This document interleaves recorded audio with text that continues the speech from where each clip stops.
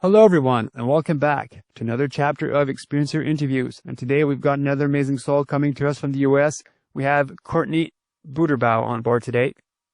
Courtney is a lifelong experiencer, spiritual seeker, and empath. Her earliest memories include a near-death experience when she was 18 months old, followed by half a century of anomalous experiences including spirit communication, psychic and mediumistic abilities, precognitive dreams, OBEs, and astral travel, past life recall, spontaneous channeling, missing time, and a time slip. A mind-blowing experience she shared with her father on an autumn evening 15 years ago. But it wasn't until she became severely ill with long COVID in 2020 and experienced a profound spiritual awakening that she finally became aware that she has also been a lifelong contactee. She spent nearly 4 years bedbound while having numerous profound transcendent experiences, including profound journeys with her spiritual guide, meaning a group of beings who have been with her since birth, and a life-changing visit on board an alien craft from which she returned with body marks and a promise of healing. That healing came a year and a half later in summer of 2024, when she was radically relieved of her illness by her Mantid guides. Her healing has been followed by continued conscious contact experiences, including her first real-time sightings of UFO/UAPs. She finally feels she's found her life's work, being given a mandate by her beings to help others who are awakening, and being contacted during this time of dramatic spiritual and energetic change on planet Earth. She's also a wife, mother, creative, art school survivor, and Buddhist practitioner/meditator of nearly 25 years. So Courtney, thank you so much for coming on. Thank you for having me. It's an honor. I've listened to your show for a long time, so I'm glad to be here. So let's talk about your childhood, really. What type of environment you grew up in, and did anything out of the ordinary happen during that time? I grew up in West Virginia. I'm an only child. I come from a very close-knit family, and I would say that I had an absolutely idyllic childhood. Very happy, no trauma. So it was really difficult. I feel like I've spent my life like looking for the trauma,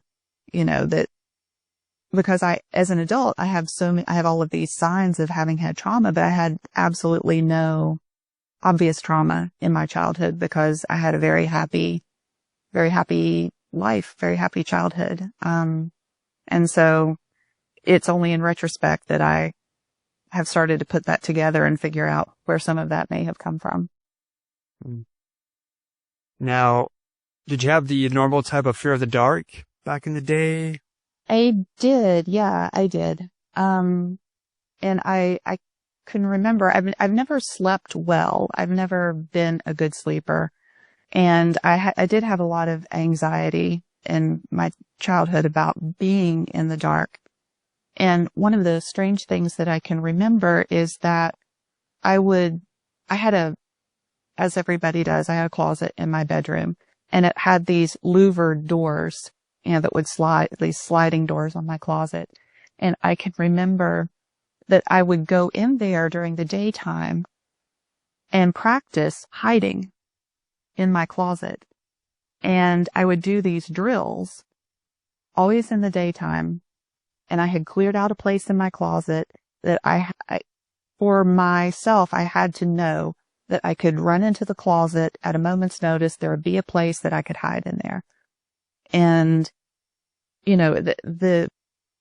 that took on completely new meaning later in life when I started realizing that I had probably been having contact experiences as a child. And I do have this vague childhood memory of the only time I can remember being in the closet at night. I have this vague half memory of sitting in the closet looking through the louvered doors out into my bedroom, and there's this extremely bright light out in my bedroom. And I can see this sort of figure walking toward me through the light. So as a child, did you ever go see your mom and tell her that these things were happening to you? I don't recall that I ever did. No, I don't I don't recall ever talking about it. And I don't know why that was. You know, one thing that you hear experiencers say over and over again was, I experienced these really profound or scary or life-changing things, but then I just never talked about it.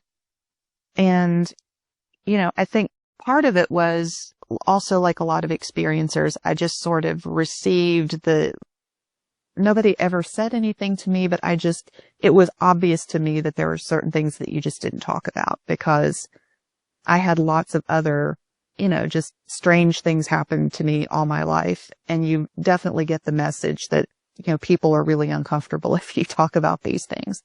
And so that may have been in there as well, that I knew that it was part of this group of things that adults just didn't appreciate you talking about. So, at the age of 18 months, you had an OBE. I had what I think is probably a near-death experience. And the insight that I have on this is only in retrospect.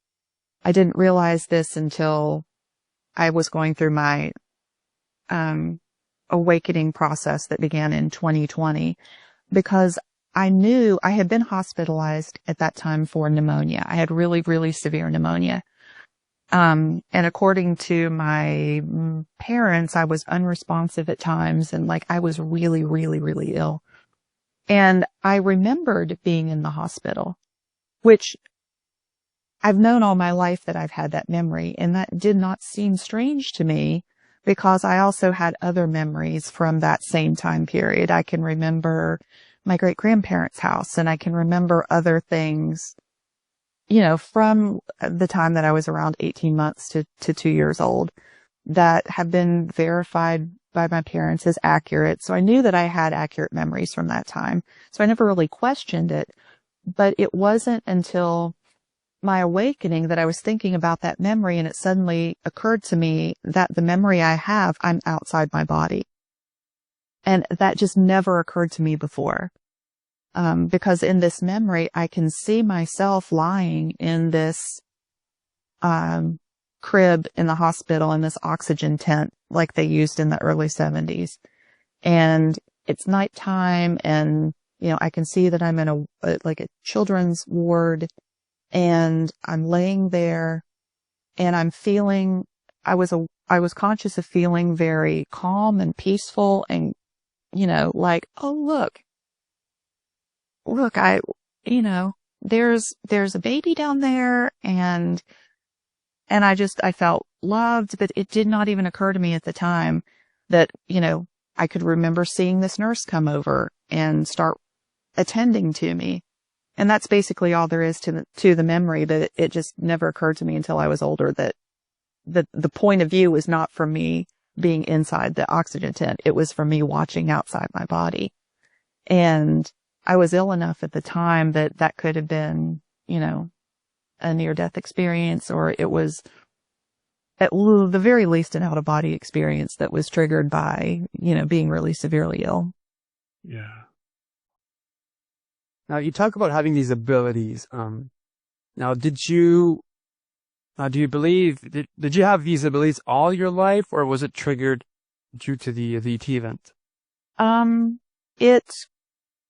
It's hard to know, right? Because I don't really remember prior to the OBE/NDE, whatever that was.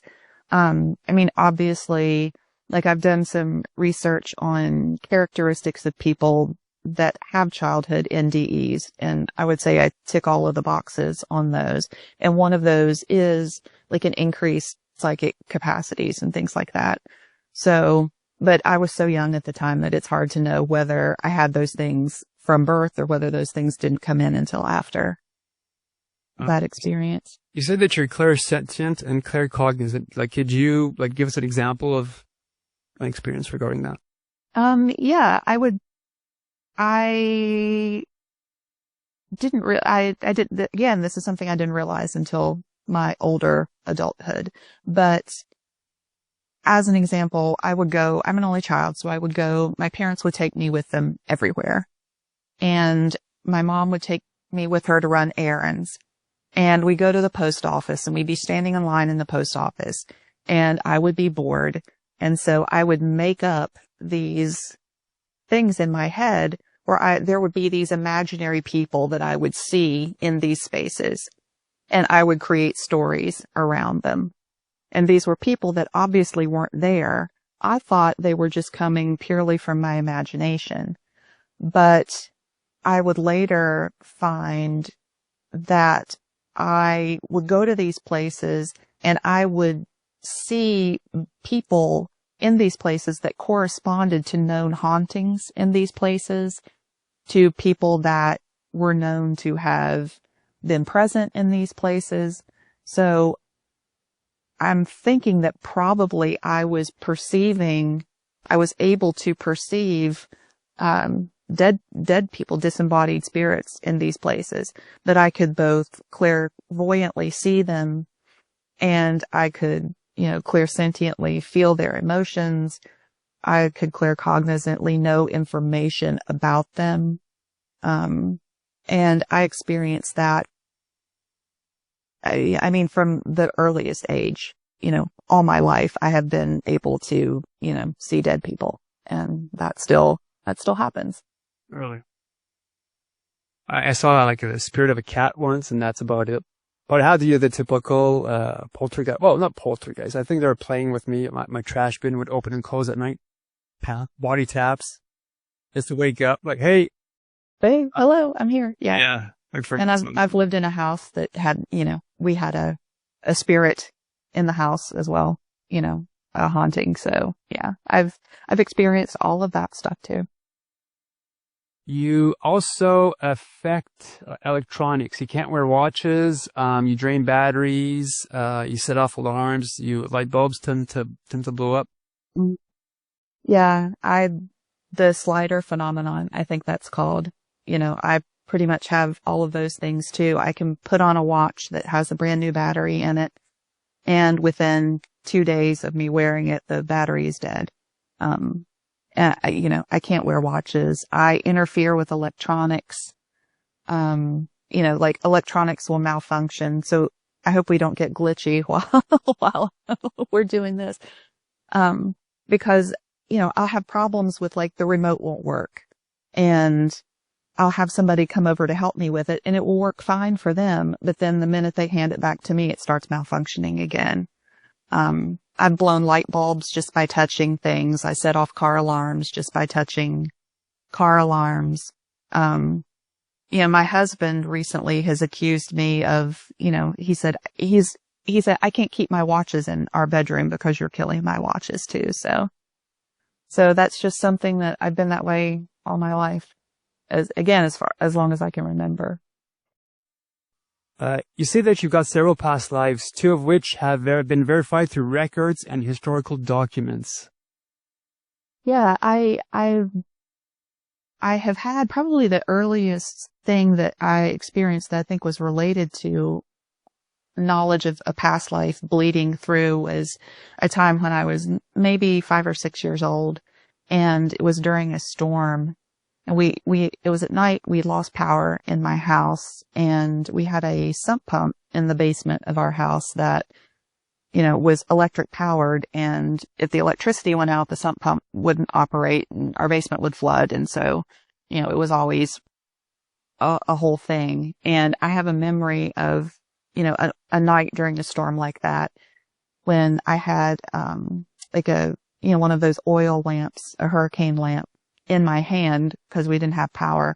And I was walking down our basement steps, and instinctively I reached down to gather up my skirts, that I wasn't actually wearing.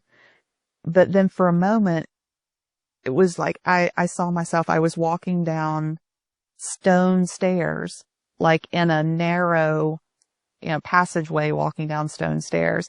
And it bled through for 2 to 3 seconds, and then I was back, as a 6-year-old kid in my pajamas, on my basement stairs.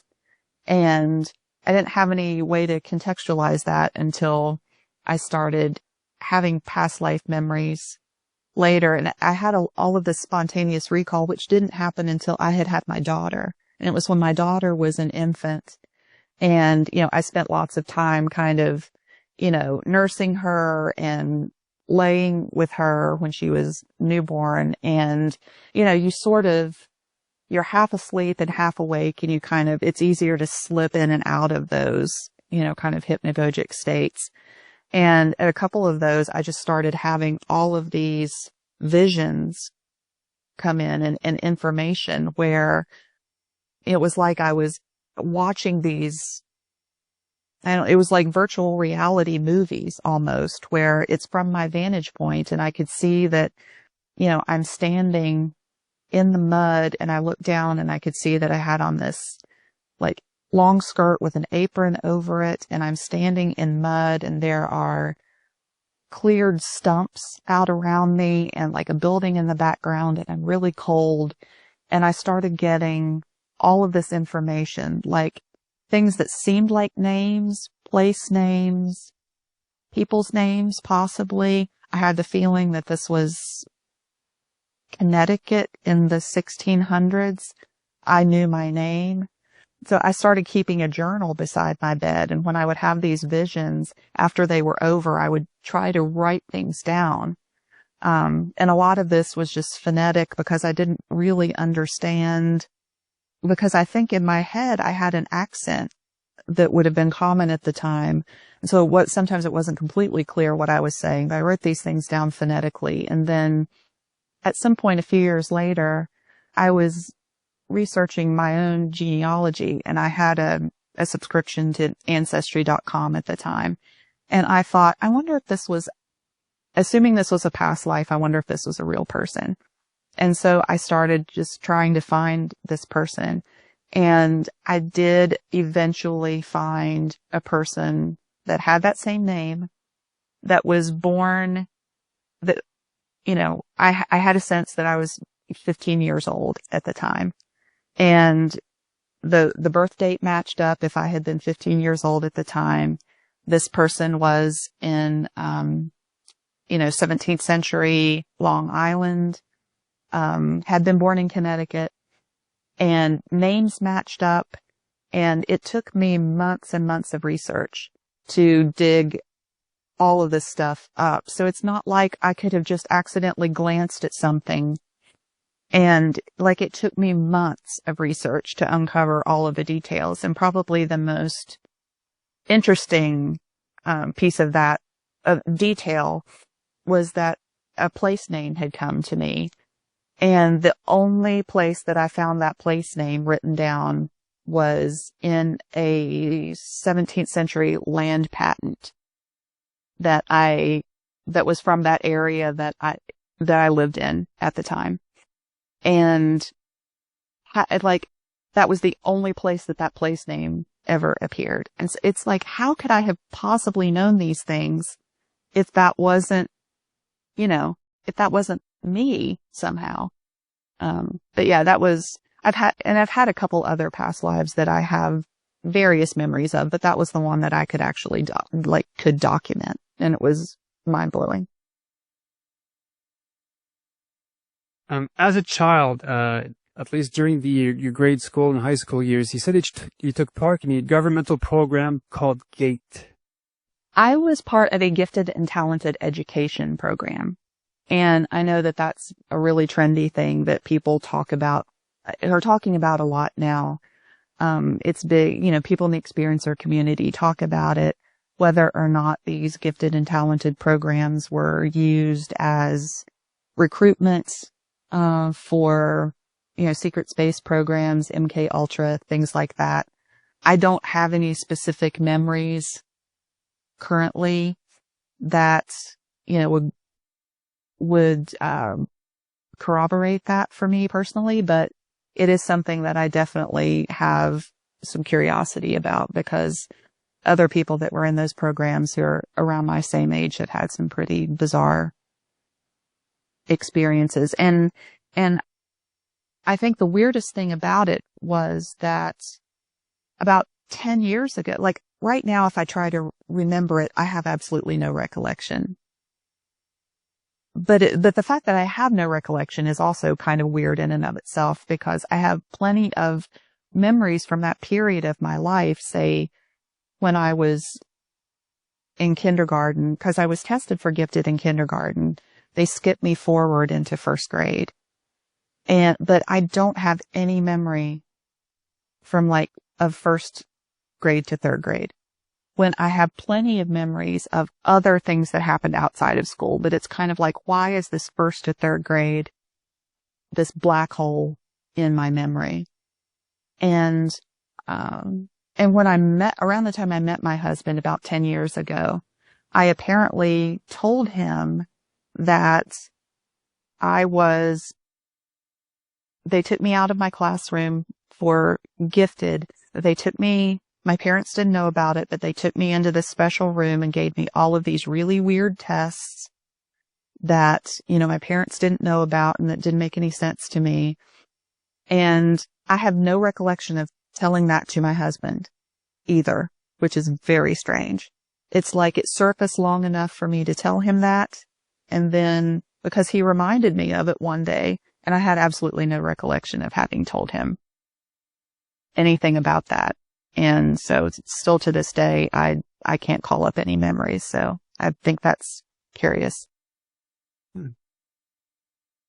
Now, growing up, you didn't have any interest in the ET phenomena other than you've had these experiences, and it started kicking in until 2020. What happened? Well, I will say a couple other things about my childhood. Like, I was very fascinated by astronomy from a very young age. I felt really called by the stars. I loved astronomy, all of that. That was actually, the first career that I contemplated for myself, was I wanted to be an astronomer. But I always had this bizarre fear, this sort of abstract horror of the night sky, that I was going to walk outside, look up at the night sky, and see something terrifying.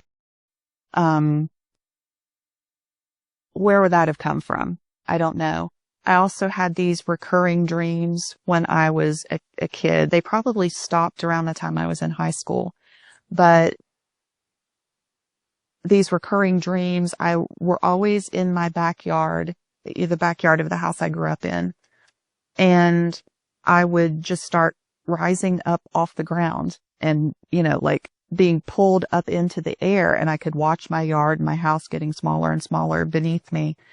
And the only thing that I associated with those recurring dreams was this feeling like, oh no, not this again. So there's that.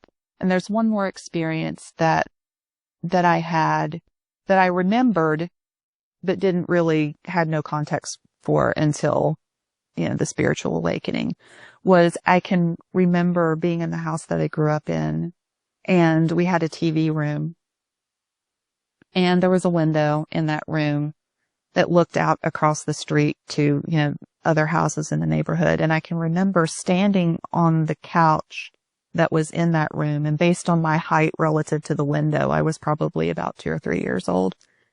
And I was standing, it was night, I was standing on that couch looking out that window, and there were these bright lights coming at me.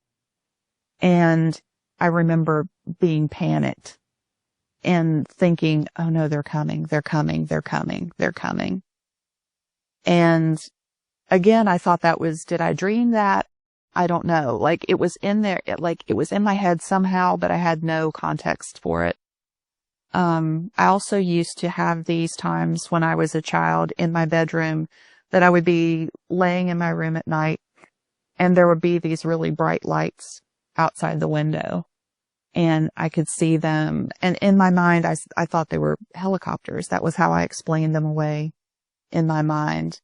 But why would these helicopters, why would these helicopters be hanging out outside my bedroom, repeatedly? That doesn't make any sense. So those are just a few of the kind of odd, possibly, contact related things that I remember from my childhood. You searched Newfork regarding experience that you had at the age of 3. Yeah, I realized that may have been a contact related experience, and that I looked on Newfork just to see if there had been any reports of, any UFO sightings, in the same area that I lived around that time, that I would have been about 2 or 3, that may have been associated with that memory.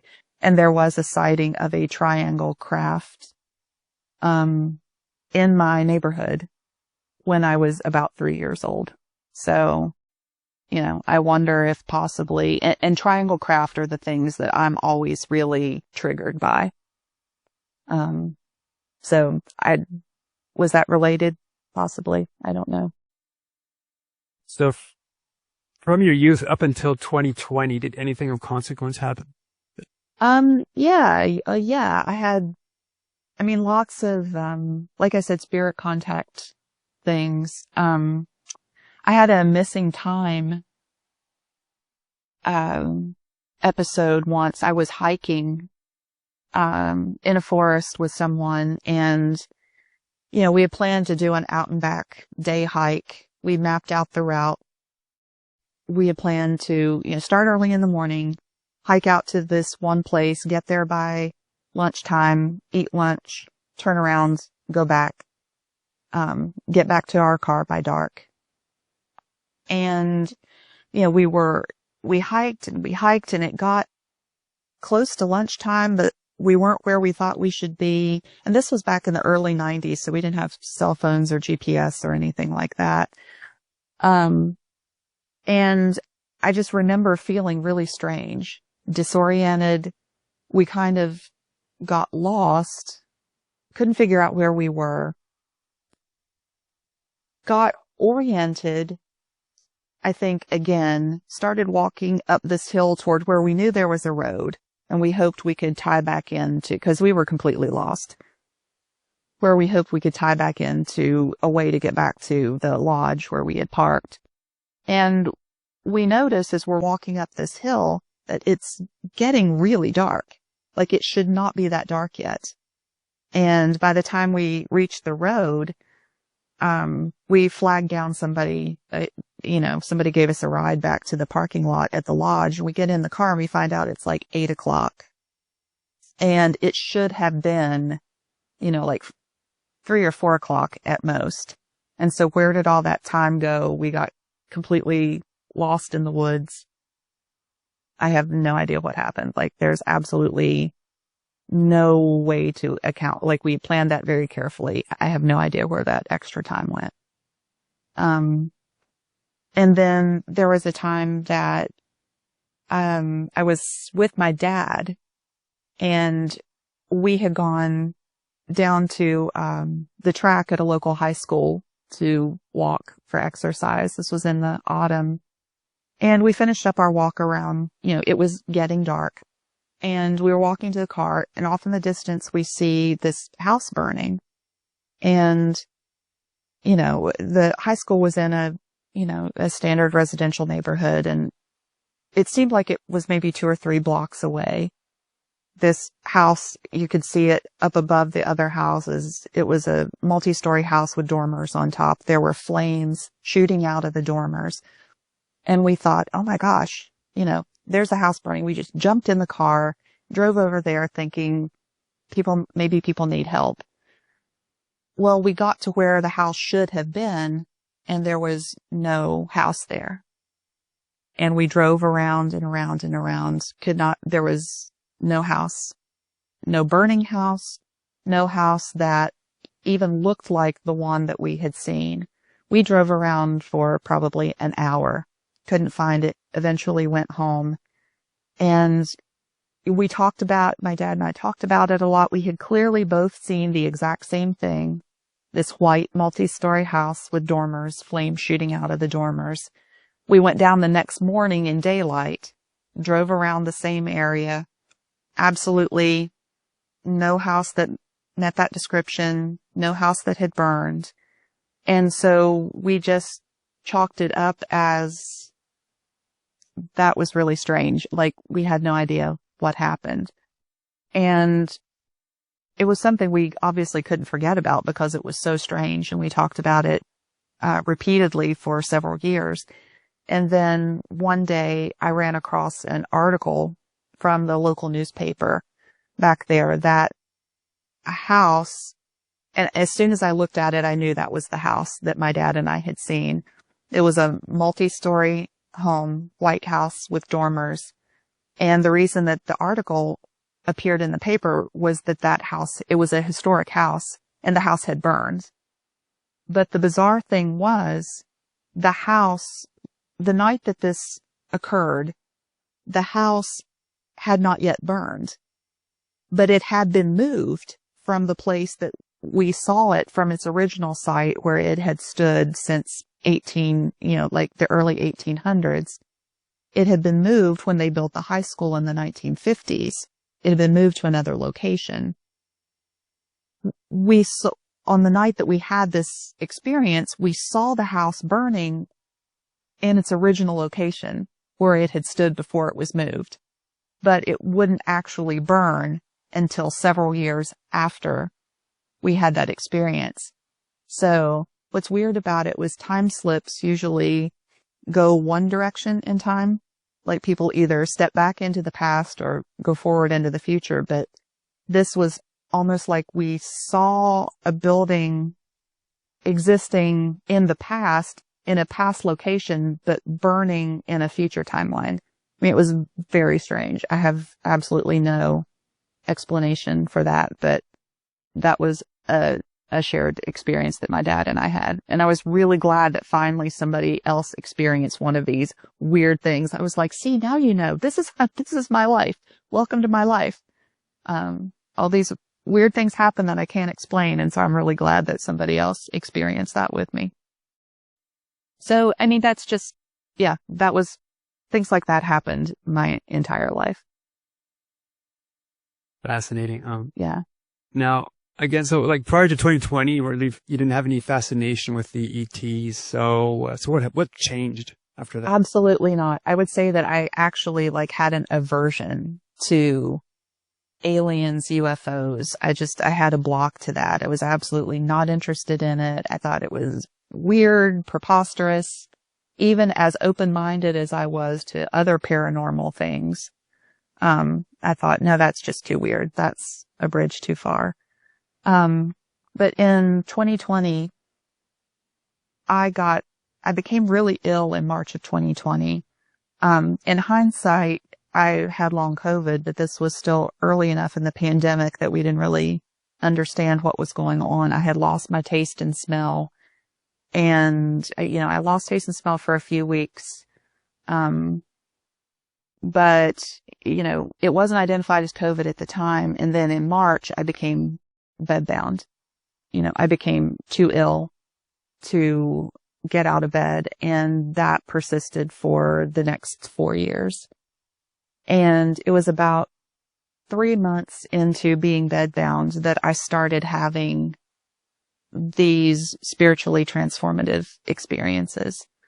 Really one of the first ones that I can remember is I'd never had contact with spirit guides before, really. Although I take that back. I'll step back to one more weird experience that this happened, probably around 2013. I was going through a really difficult time in my life. And one day I perceived that there was this entity just shows up in my kitchen. And I started spontaneously channeling that entity into my journal. And this went on, this being showed up daily for about 6 weeks maybe. And I just channeled that being through my journal. And it was advice, relevant stuff to what I was going through, things that helped me process and contextualize what I was going through at the time. So I have no idea, was that higher self? Was it, some other kind of non-human intelligence? I don't know. But again, that was another thing that I just kind of compartmentalized and didn't really think about much. Was it a spirit guide? I don't know. But one day after I became bedbound, I was lying in bed and I had this, the only way to describe it really is it was an out of body type experience, that this being appeared to me, and all that I was able to kind of clairvoyantly perceive about this being was that they had these really large eyes. They were wearing a cloak and female energy. And this being was kind of like, I'm your spirit guide. You know, you're going through some rough stuff. It's time. I'm going to, be with you for a while now. I've been with you all your life. And there was that sense of knowing when this being showed up. It was like, okay, yeah, like I felt that familiarity and that resonance. And that being took me on a journey, on this out of body journey to another realm. And it's really difficult to describe that realm because it was not, it was another dimension where it was like the very air was made up of frequency and sound, and there were these shifting, like iridescent colors and frequencies, and you could just feel in every molecule of your body, you could feel that frequency. And there was just this sense of absolute, I still get really emotional when I think about it, this feeling of absolute unconditional love that just like I could feel it in my heart center and just throughout my body. And it was just so wonderful and healing, and just that feeling of pure, absolute, unconditional love. And the being told me they wanted to bring me here so that I could experience that feeling of unconditional love. And that this was the substance of the universe itself, that this was somehow the very substance of all that is this pure love. And then, I was back in my body, and, I had Kundalini type experiences during this time. I had other, visionary states of different kinds. One night I woke up and there was I could see this group of 5 beings standing around my bed. And I couldn't really tell anything about them except that it looked like they were all wearing cloaks. And I wasn't frightened. I was just aware of them being there, and then I went back to sleep. And, so over the next probably 3 or 4 months, I had a series of these, really profound visionary type things. I had a void experience where I went out of body. It felt like I just fell down through my bed, and found myself in this void. And it was just this infinite, in all directions, nothingness.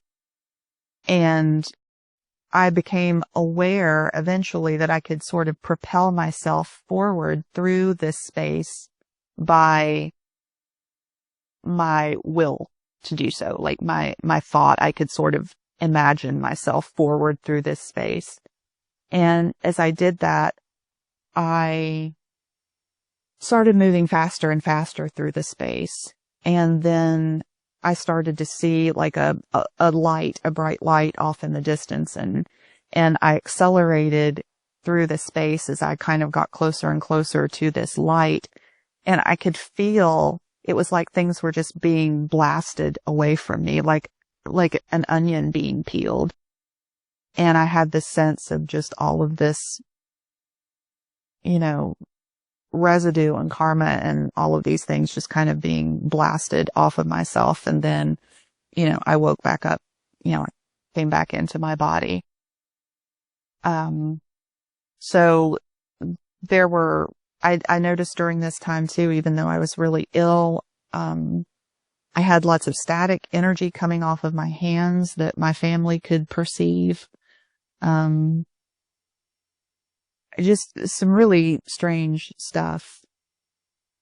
And that went on pretty intensely for a few months. And then I just got sicker and sicker to the point where I wasn't really having these experiences anymore. I was just so ill that all I could do was just lay in bed, and exist. And at the lowest point of that it was December of 2022, December 21st of 2022. I will never forget that day. I was lying in bed, again, just existing and meditating. That was all I had been doing. Just when I wasn't asleep, I was just meditating. And that had gone on for weeks at that point. But I was just laying in bed, meditating, and all of a sudden I perceive that I'm being lifted up out of my body again. I go through the ceiling, and then I'm aware of lying on a table in what was obviously an alien craft. And I was completely freaked out.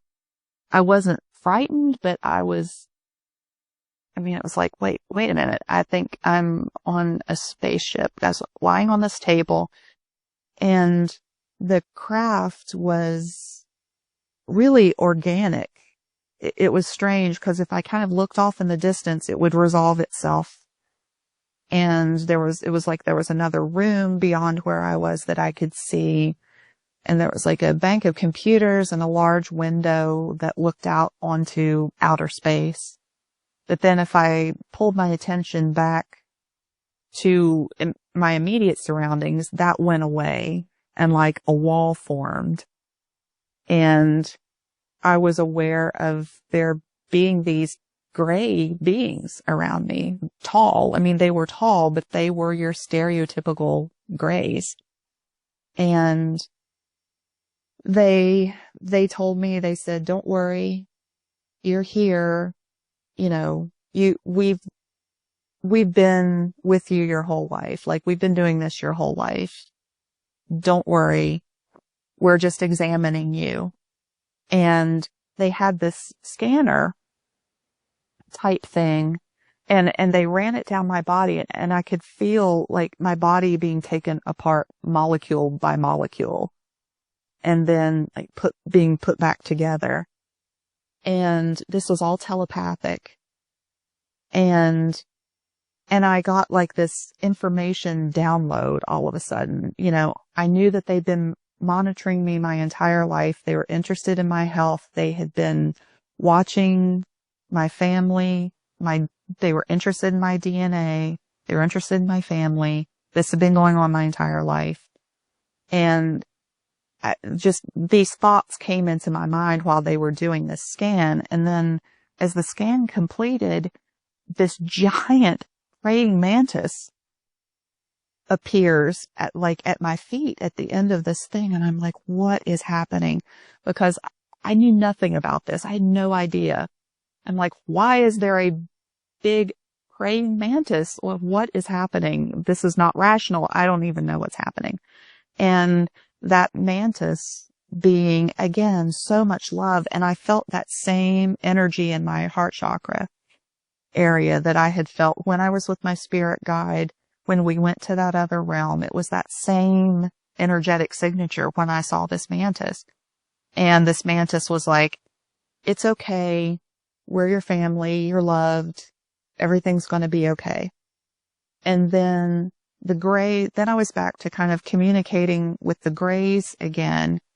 And there was this holographic screen that they started showing me, this really sped up film of like hieroglyphic symbols and images of like sunrises and oceans and nuclear bombs going off and natural disasters, you know, floods, earthquakes, wars.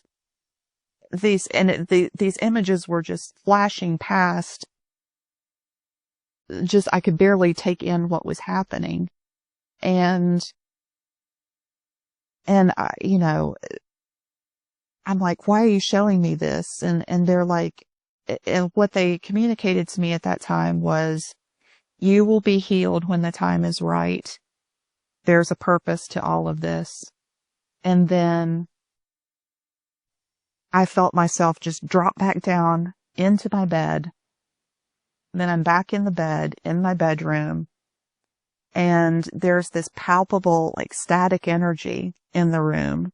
And then the lights start flashing on and off. And then that was the end of that experience.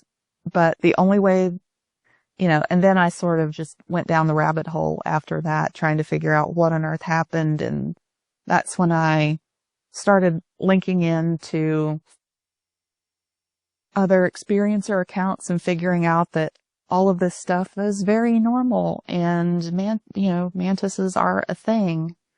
And I mean, that experience just completely changed my life. And from that point on, I have had a conscious connection to my main spirit guide, who later revealed to me that she is in fact a mantis, that she is a giant white mantis, who wears, this sort of iridescent robe, and she's ancient and so warm and so loving. And the night that I saw those 5 beings around my bed, she was one of them, and the other 4 are also mantises. And they are, I call them the 5, but they're my spirit team, and they're all mantises, of different species. And they kind of have tried to explain to me, like, how mantises work, and that they, exist in multiple dimensions, multiple densities. They're related to the insects on Earth. And, but over that time, I've deepened my relationship with the mantis beings. I've had lots of other mantis experiences, and lots of conscious contact. There's a space that they have created for me, and they told me that they created this place for me out of my memories, but it's this sort of astral place that I call the field. And I can go there, conscious, like through meditation. I can go to the field and I can summon them, and they will come in a craft. And they have taken me on board the craft several other times.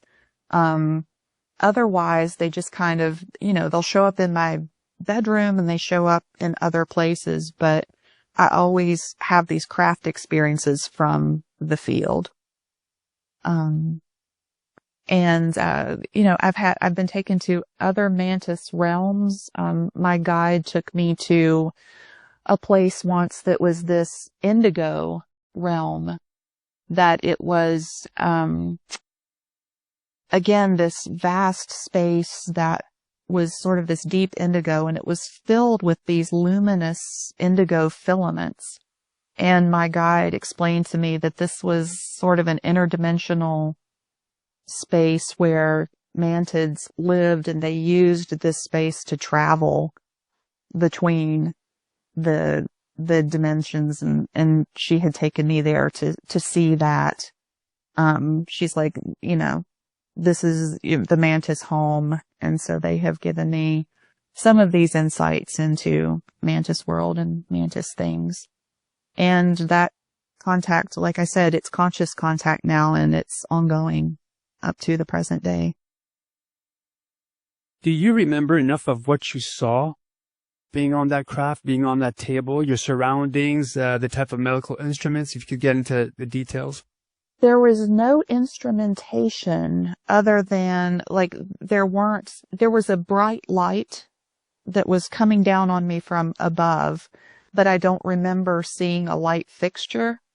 The light just seemed to come from nowhere. Like, there was lighting, but there were no lights, that I could see. And there was no obvious medical equipment except for this large flat plate thing that when I was underneath it, I could see like computer readout type things on the surface. It was just like a big sheet of glass that I could see, digital readouts on. And this was the scanner that they moved down my body when I felt like they were taking me apart molecule by molecule.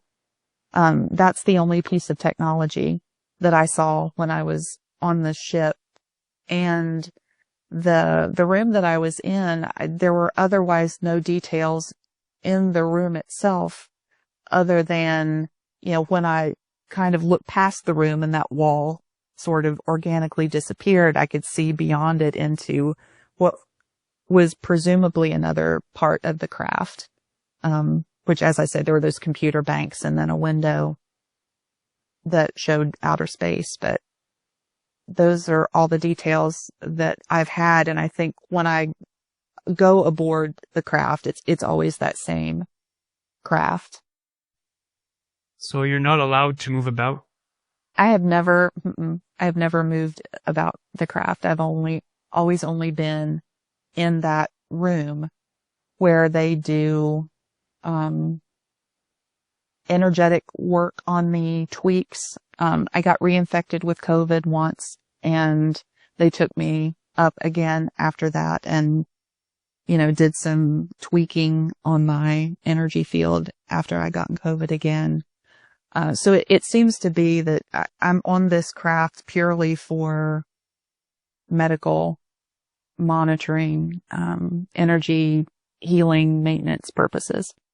Now, I think that was powerful that they told you was that your illness was the method chosen to drive your spiritual development. I found that very powerful. Yeah. And it's very clear that, that my spiritual awakening process occurred in the context of me being very severely ill. Those two things are very obviously linked in my experience. And yeah, the beings have told me that was on purpose. That this was, and I get also that it's related to, the immediate past life that I had prior to this one. Which I have, as part of that spiritual awakening process since 2020, I had some visions and memories of that life, which was as a Tibetan monk, who was murdered in 1959, when the Chinese overtook my monastery. And, there are other people in my current life that I was with in that life as well. And that life is also tied into the healing, I think, and some of the physical things that I've experienced in this life as well. In December of 2022, you stood in a field at nighttime looking at a large craft. Mm-hmm. Yeah, December 2022 was when I was taken aboard the craft for that initial experience. But then subsequent experiences that I have in the field were after December 2022. The first time I ever went to the field, I was just lying in bed, and again, I had this out of body, and I don't know where I go in these. I don't know if it's astral. I don't know where I go, but I found myself, I was in a car driving down this road. It was nighttime.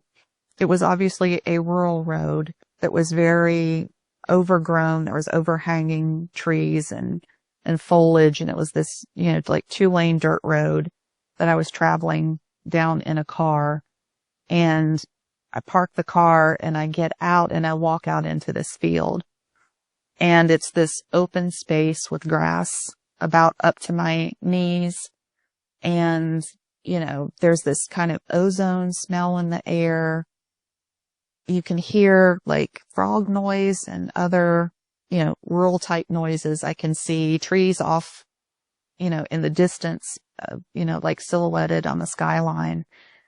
And when I walked out into this field, then all of a sudden there was this triangle craft over top of me, and they took me up into the craft for another medical adjustment. But I have found that I can intentionally go to the field and the craft will come. Like I can go there that I can intentionally put myself there as well and interact with them. Although they don't always come. There was one time I went there because I wanted to talk to them and they didn't show up.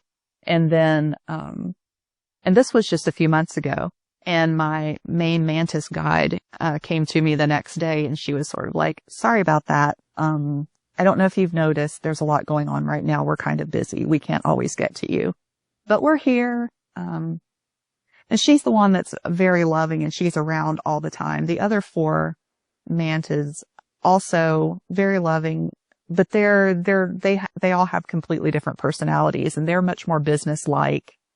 And one evening they came to I called them because I was really sick again, and they came to do a little tweak, and they were very business-like. You know, you could tell they came and they were kind of like, we're here because you called and we care about you and we love you and we want to do this for you. But they were business-like. They were like, we got to get in, get out. Sorry. Lots of other stuff going on. So it's funny, just the kind of personalities that I see attached to some of these beings as well. Like they're very real to me. And yeah, it's clear to me they've been around my entire life. You sent me an image of you being on a table and the mantids are all around you and they're sending you this purple vapor. Now, what's that?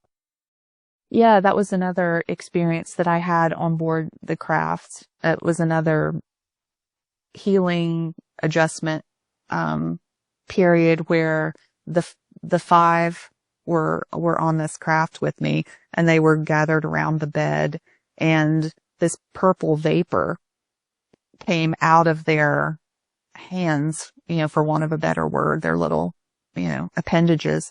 They were holding them over me, and this purple vapor came out of it and just kind of surrounded me. And that was part of the treatment. Wow. Yeah. And so, I guess the other real mic drop part of this story is what happened in, summer of 2024. Cause when I had the on-craft experience in 2022, they told me at that time, I would be healed when the time is right.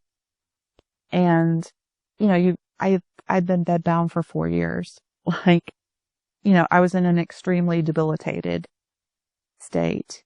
And one day, last summer, I woke up and I felt different, and I was able to get up and walk around my house a little bit. And, over the next few days, I had this rapid improvement up to the place where, I am not 100% well. I don't know that I could ever completely resume a normal life. I don't think I'm well enough to work, but I am able to get out of bed and be somewhat functional. I have some functional capacity now, which, given where I was at that one time, is just, it's miraculous. And there's no other way that I can account for it except that the beings told me that this would happen when the time was right. And it has been very clear to me ever since that has happened that I'm getting these really strong messagings to be, that I've been awakened and, put in the present state, allowed to have this amount of healing so that I can work with experiencers and other people who are coming into their awakening journeys at this time. Who's the flannel man? Oh, the flannel man. Okay. So I didn't want to go down too many rabbit holes at the time, but that was the entity that showed up in my kitchen that I channeled, into my journal for a few weeks. And again, I I have no idea. I subsequently learned that the flannel man is an entity that other people have seen as well, that it's this lumberjack looking guy who wears this, like red and black kind of checked, buffalo plaid flannel shirt. And that was absolutely the guy that showed up in my kitchen. And he was really folksy. He had this kind of country twang, and he showed up and he was like, I'm here and just going to give you some wisdom. And, it was like sitting around a campfire with like your, with your mountain man uncle or crazy mountain man uncle that had all this, sort of wild man wisdom that ended up being really relevant. And again, I didn't think anything of it until several years later when I ran across this thing about the flannel man. And I'm like, wait a minute, that was the guy that I channeled, which is not usually how people experience flannel man, although apparently some people have also had, like more in-depth exchanges with the flannel man. So, but I have no idea why whatever being that was chose to manifest in that form to me. I don't know if it's because I have Appalachian heritage and they thought this would be something I could relate to, whereas if they showed up in some other form, it might freak me out too much. I mean, that's 100% the reason my Mantis main guide did not reveal to me that she was a mantis. Initially, I think she was it was sort of like, we felt like you needed to work up to that. Like you'd never had a conscious ET encounter before. So, if one of these days just this giant interdimensional praying mantis shows up in your bedroom, we didn't want to do that to you. You had to work up to that a little bit. So. Makes sense. Baby steps. Yep. Yeah, baby steps. So in August of 2024, you saw a plane that did non-planny things. Yeah, I had never had sightings of any craft or anything unusual in the sky. And this was right around the time that I started feeling better. I had gone out one night. Yeah, I went outside with my dog to let her do her business before bedtime, and I was just standing out in the backyard with the dog, and she starts acting really strangely. And I look up, and there's this light in the sky. And at first I thought it was an airplane. Well, then it became very clear it was not an airplane because it was moving erratically. It would sort of go up and then drop back down and then zoom over to the side. And then, it was just moving very erratically. And I was just transfixed, and my dog was standing there staring at it as well. And I thought, what is that? And as I stood there and stared at it, I was aware that it was aware that I was looking at it. Like there was this, I could tell that it knew that I was looking at it. And all of a sudden it seemed, I couldn't tell how far away it was. Like there were just no good cues for distance, but from wherever it was in the sky, all of a sudden it zooms way over until it's almost right over top of me. And there's this bright light shining down from it. And I'm standing there looking straight up at this object. And it just kind of hovered there for a minute or so. And then it zipped really quickly back to the part of the sky where it had been. And it, moved around erratically a little bit again and then disappeared. And I have seen that phenomenon repeatedly in my backyard ever since. After the experience, you had a nosebleed? Mm-hmm. Yeah, I came back inside after that experience and just had this really severe nosebleed. And I've had severe nosebleeds like that off and on all my life. And it's always, the same nostril. And, I had come back inside and my mother was there. And I was trying to stop the flow of the nosebleed. And my mom says, "Oh, I've always gotten really weird nosebleeds in my left nostril as well." And I said, "Really?" And we were just kind of talking about that. And then out of absolutely nowhere, she says, I told her I'd seen this, strange thing in the sky. And out of nowhere, she says, "Oh, your dad and I went to a UFO conference, the year before you were born." And I'm like, "What? You what?"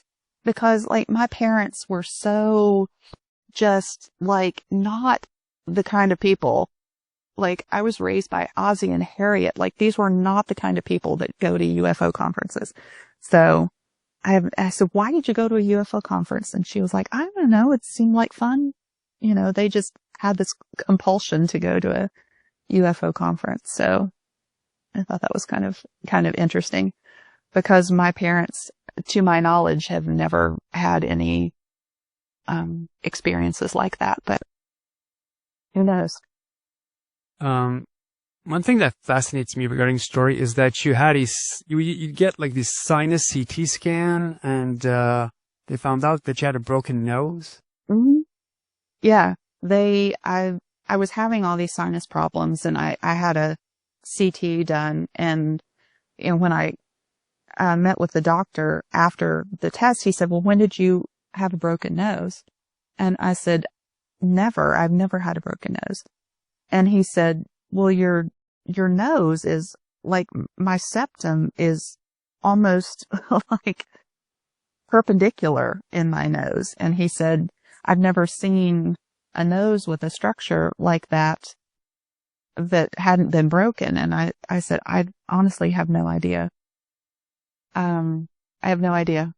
But when I was a kid, I had to go to the emergency room once because I was really obsessed with that same nostril and sticking things up in it. And I had stuck something up my nostril and had to go to the emergency room to have it extracted. But I was really obsessed with that nostril when I was a kid. And that's the same nostril that I have the nosebleeds out of. And I have this bizarre internal structure to my nose, which is all very, strange. Now, are you aware if you've ever had nasal implants before? No, not aware of anything. I've never had anything show up. Like intuitively, I kind of feel like I probably do have some sort of implant, but yeah, I don't know.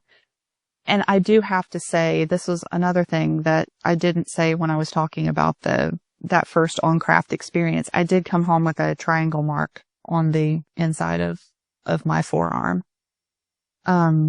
which was really strange.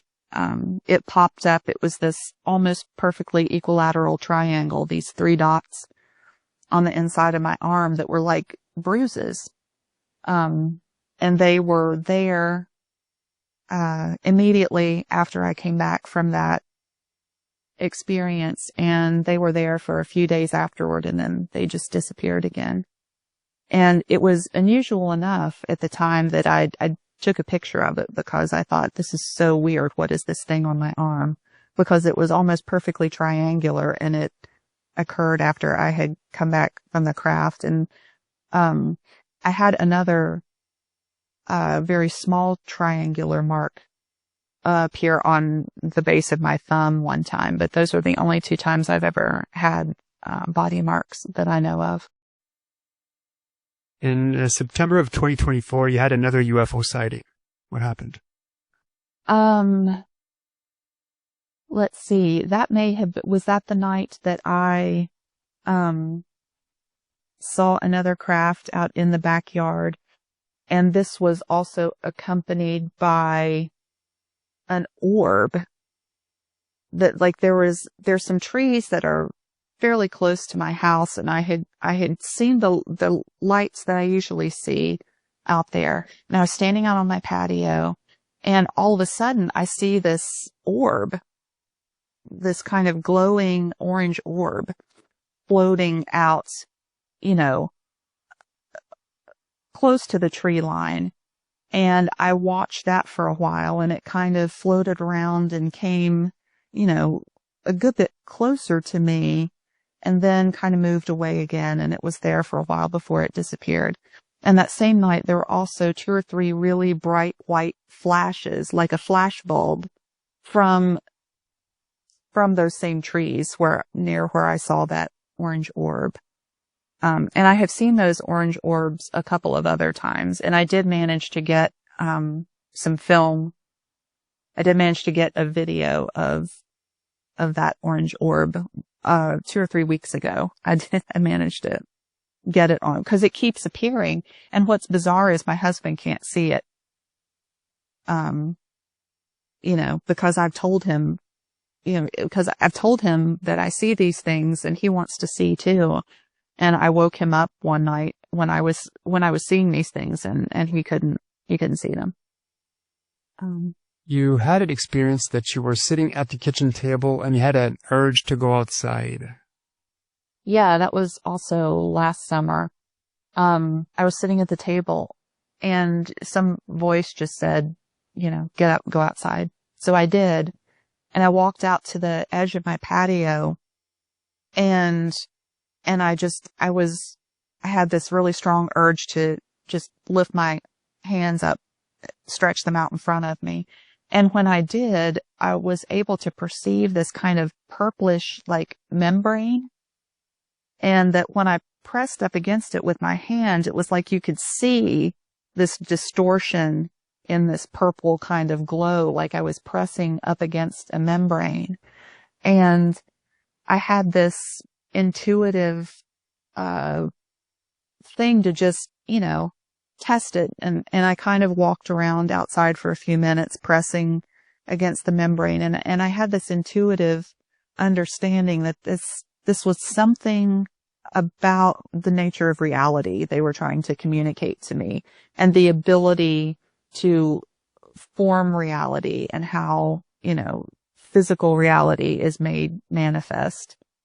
And all of us, and just as quickly as the urge to go outside came upon me, it vanished. I went inside, sat back down at my table, and then a couple minutes later, I looked over and there was a praying mantis insect by the window, over there.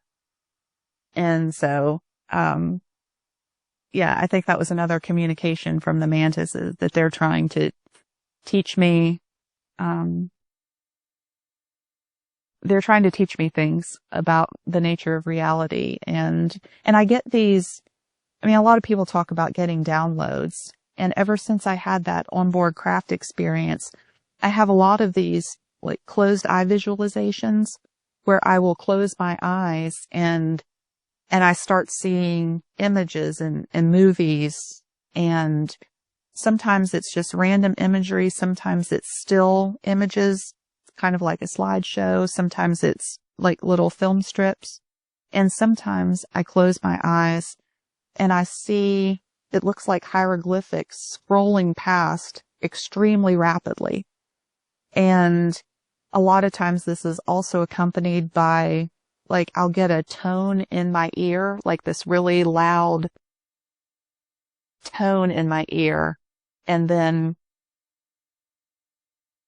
it's over. And so I don't honestly know what those are, except it seems like those may be downloads, and I wonder if that's just information that's being downloaded into me that, comes online at various points in the future when it's triggered or whatever. I don't really understand what those are, and that's a fairly new thing. So I don't really have a whole lot of insight into the what's or whys with that yet. In December of 2024, you had hypnosis with Daniel Rekshan, I believe, of DSETI. Yeah. Yeah. That was, I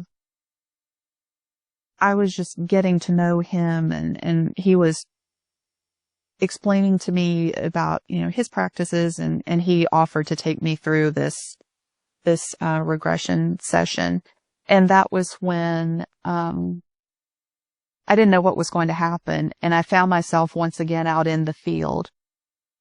And that was the time at which it was communicated to me that the Mantids had made the field for me, that it had been specially created for me, and that they had taken elements of it from my memories, memories of places that, real places on Earth that were emotionally important to me, and that they had taken some of those memories and they had constructed this place that I could go and interact with craft, and that they were doing it, it was part of, what they did out of love for me. Oh. Can you talk about the some of the messages that the Mantids might have left you to give to humanity? Yeah, I feel like they have communicated some to me about like the densities, and that there are Mantids in every density, and that it's almost like they're arranged in an almost fractal distribution throughout the densities, and that they're connected to the mantid insects on Earth. And so they've kind of given me a little bit of insight. Well, you said that that humanity's approaching a technological singularity, and that things are speeding up as we approach. Yes. Yeah, that is also one of the things that they have communicated to me, and I don't completely understand what that means. They have also told me that that in this life, that my job in this life, one of my roles is to fully step into my existence as a node of co-creation. The Mantids are really into frequency, and for a long time before I even met the Mantids, I would have this phrase in my mind: weavers in the frequency. And later I understood that was, I was being communicated to about the Mantids and how they operate. And they also told me that liminal boundaries, things that we perceive as liminal boundaries, are zones of co-creation in our density.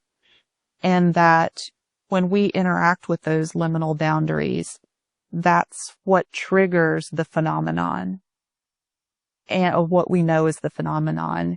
And one of the properties of the phenomenon is the property of co-creative reciprocity. So they have communicated that to me. They communicated that non-duality is essentially correct as far as the ultimate nature of reality, at least as far as humans can understand it, and that love and collectivism are foundational properties of the cosmos somehow, and that energetic grids, like the contours of the subtle universe, are created out of these energetic grids, and the Mantids have a role in maintaining those. And I had been able to perceive those grids clairvoyantly since childhood. And, that was another thing, I guess, that was explained to me after I started having these experiences with the Mantids, that, okay, that's what those grids are, that I had been able to see my entire life, that nobody else could ever see, and that I didn't know what they were for. But yeah, they haven't given me a lot of insight into this, but they definitely have told me that we are approaching this singularity point, and that there is just this rapid flood of awakening going on as humans prepare to take these next, like we're on the cusp of major evolutionary steps forward, but they haven't given me any additional insight into that really. One subject that tends to come up a lot when it comes to experiencers is soul agreements. And one thing that she shared with me is that they said that they're involved in the reincarnation process and in facilitating of pre-incarnational agreements between souls. Now, that's a fascinating subject. So if you could get into that. Yeah.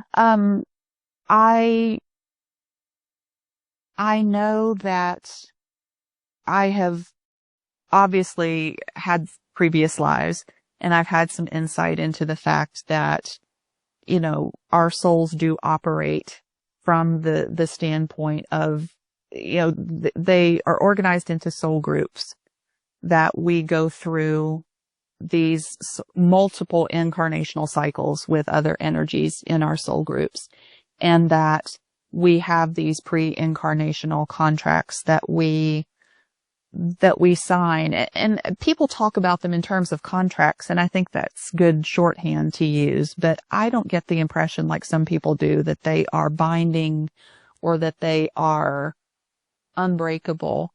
But I believe what I have been shown suggests that we do have these agreements that we make with other souls from our soul group that we incarnate with, that we have certain lessons, and that each of us are trying to learn in these cycles, and that we agree to interact with each other at these inflection points that help us, you know, it's this sort of mutual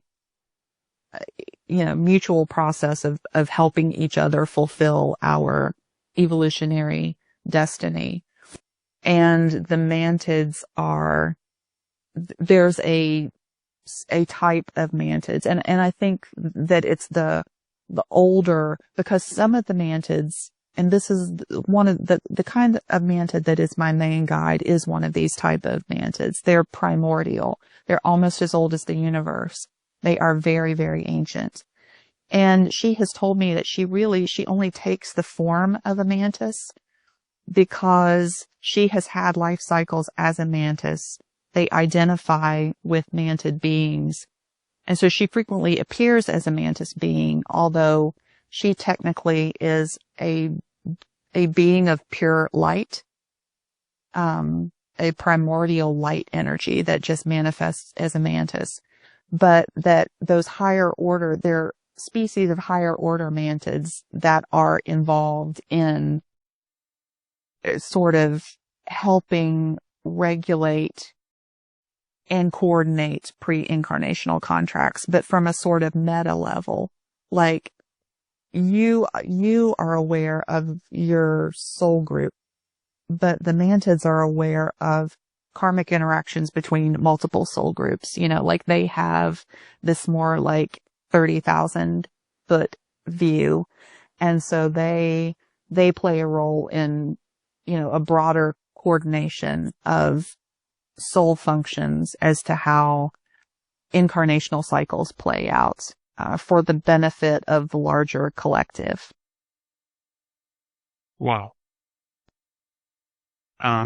Yeah, it's pretty. Mantids are amazing. Like they're just, you know, and I understand that some people have had negative experiences, and I fully believe and honor those, but the Mantids have never been nothing but loving and warm and wise in their interactions with me. Courtney, did you ever get backlash from the government or the military? Not to my awareness, but I do, this all ties back into the gate thing. And what I was talking about earlier when I said I had this period where 10 years ago I had told my husband that I had participated in this program, and then subsequently completely forgotten that I had told him that. And then it came up again for me that I, you know, gate was kind of put back on my radar, and I was like, oh, I was in that. And I told my husband that I had because it was because I had this dream. I guess that's technically what happened. I had this dream that wasn't a dream. and I think this was probably what I put in my journal that you read, that I was asleep, I was dreaming. It was an otherwise perfectly ordinary dream. And all of a sudden, this man walks up to me in this dream. And this part of the dream was realer than real. I remember nothing else about the dream.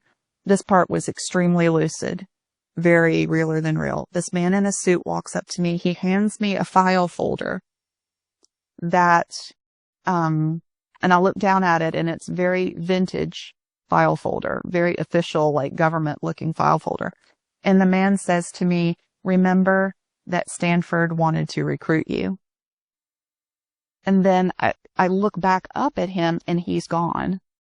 And then the dream, it just collapses back into the normal dream that I don't remember anything about. But I remembered that very clearly. And I was telling my husband about it the next day. I said, I had this really weird dream where this Men in Black kind of person almost like comes up to me, and he hands me this folder.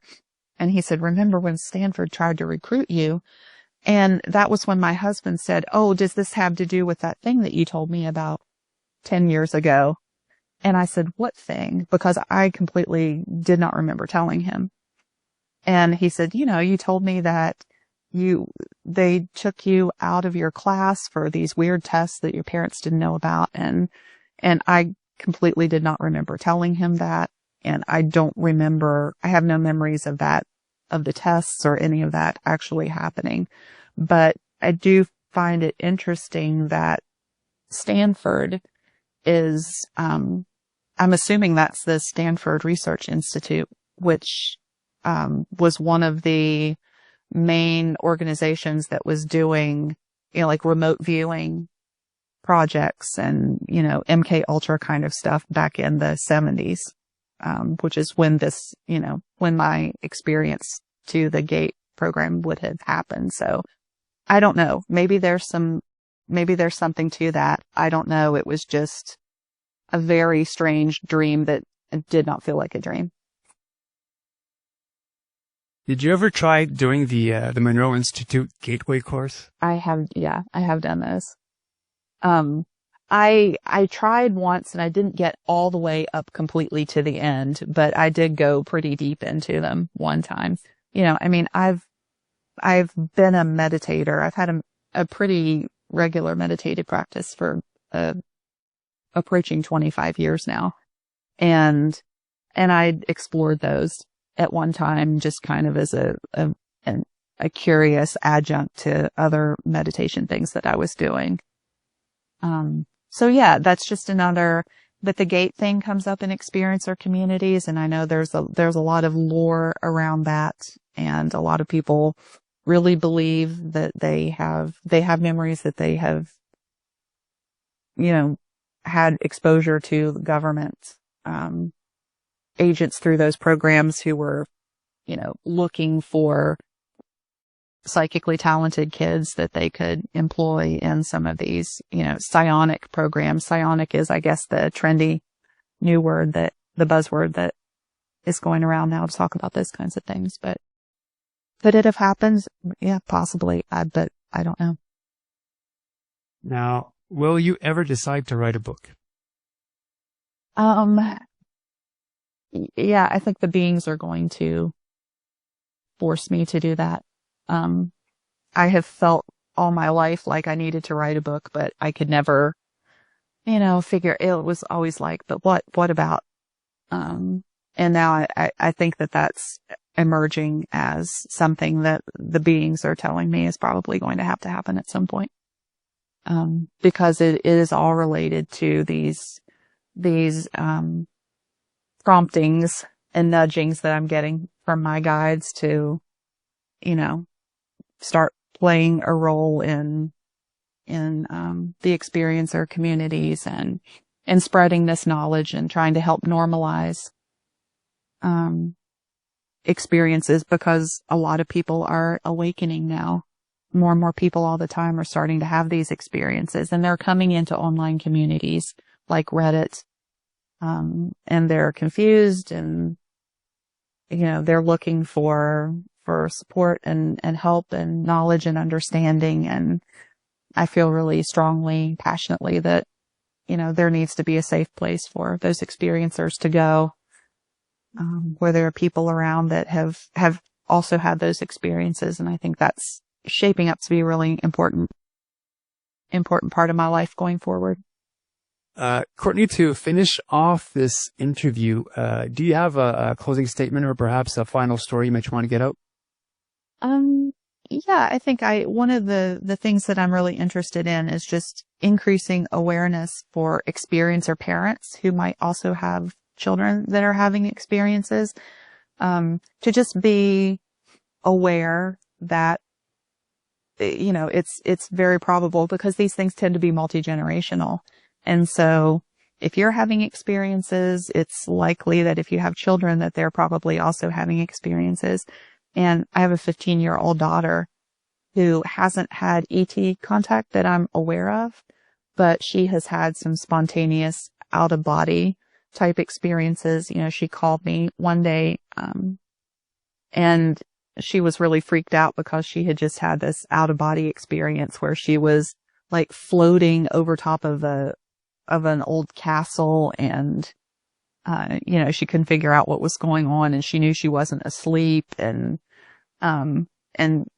she also she can perceive spirits and things. She has some sensitivity like I do to being able to perceive, human spirit energies. And so I would not surprise me at all if she kind of goes on an ET contact journey of her own at some point.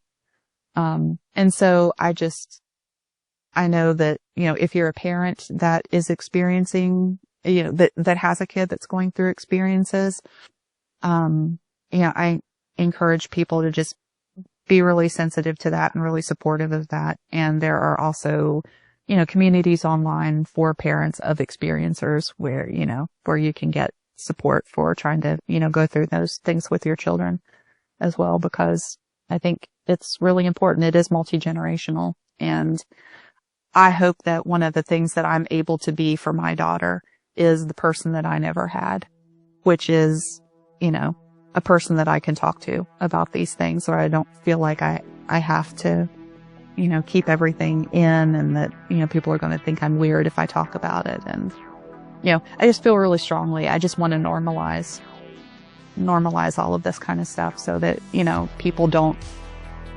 struggle for years and years and years like I did with feeling so weird and isolated, and, like, surely I'm the only person that this is happening to. No, you're not the only person this is happening to. So I'd really like to normalize that and help create safe spaces for our young people to grow up with this kind of thing as well. Well, Courtney, thank you so much for coming on. It's been fun. You've got an amazing story, and you're an amazing person. So I'm really glad that you said yes to come on. Yeah. Well, it's been my pleasure. Like I said, I've listened to you for a long time, and I'm a fan. So thanks so much for having me. It's been great. And to those watching, I hope you enjoyed today's interview. I'm your host, Mr. Great. More interviews coming up, and I will see you guys next time. So, take care, everyone. Hello, everyone. This is Mr. Great, and thanks for watching today's episode. If you are an abductee, contactee, or experiencer, and you believe that your story could help others, please feel free to contact me through my YouTube channel email. When it comes to experiencers, the ET phenomena, and the future, remember, truth will out.